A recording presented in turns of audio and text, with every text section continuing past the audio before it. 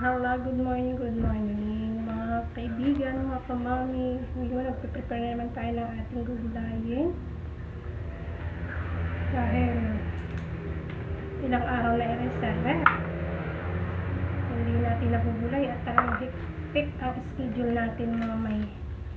Alam mo, ayan no, ating gulayin. Malapit na maubos ang ating gulayin ito. Kasi sobra na po ang init. Kaya ayan, gunagunahin natin at mayroon pa. Pagsama-samahin naman natin itong ating gulay, kalabasa, sitaw at saka sayote. Saka itong ating patani. Dahil ito lang ating gulay, ito lang meron sa atin, ito na lang ang ating pagtsatsagaan mga mi. Ganun ba? Dapat, ayan, magulang na yung iba, kaya hindi na natin yung isasama. Medyo mapait kasi yan kapag magulang na ng gusto.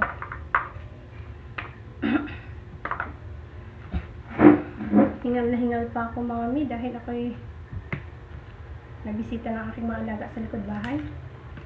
Aking mga baboy doon. Ayan, pagdating ko dito, nagsaing. And then, ayan, nagpaano na tayo. Hahanda na tayo ng gugulayin natin. Hindi na tayo nag-almusal. Diretso na ito.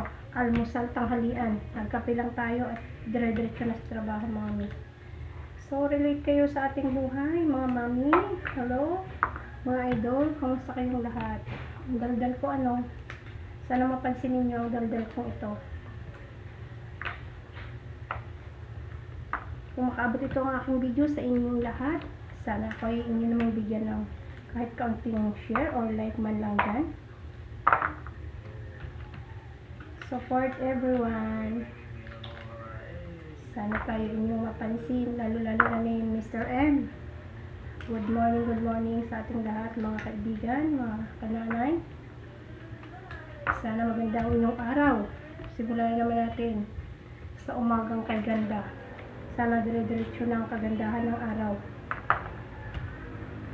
Araw natin guys. Think positive. Always. Kahit mahirap na, kahit ang mahal ng bilihin. Tiyaga talaga tayo magtiis. Tips po sa ating mga nanay, kapag medyo tagilid na, magtipid talaga. Kagaya halimbawa ng mag-shopping pa. Ay wag na muna.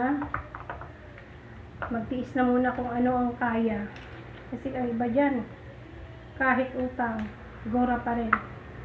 Kasi gusto nila yung mapasarap yung buhay nila. Kung kaya, bakit hindi? Stay at home muna tayo, mami. At pag-isipan natin kung paano tayo makarecover dito sa hirap ng ating buhay. Kagaya nito,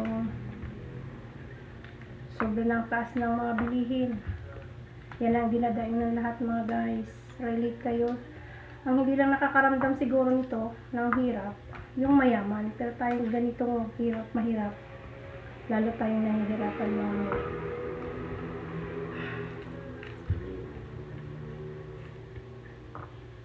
As in, mga hirap kapag talagang lalong hindi ka madiskarte.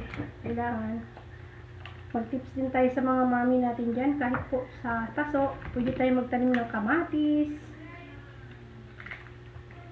pechay, yung mga mabibilis lang mapakinabangan, pwede po.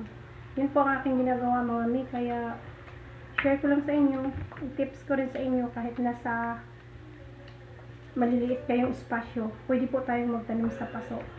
So ako kagaya ko, may mga kamatis ako sa paso, kaya hindi na ako masyadong nabili.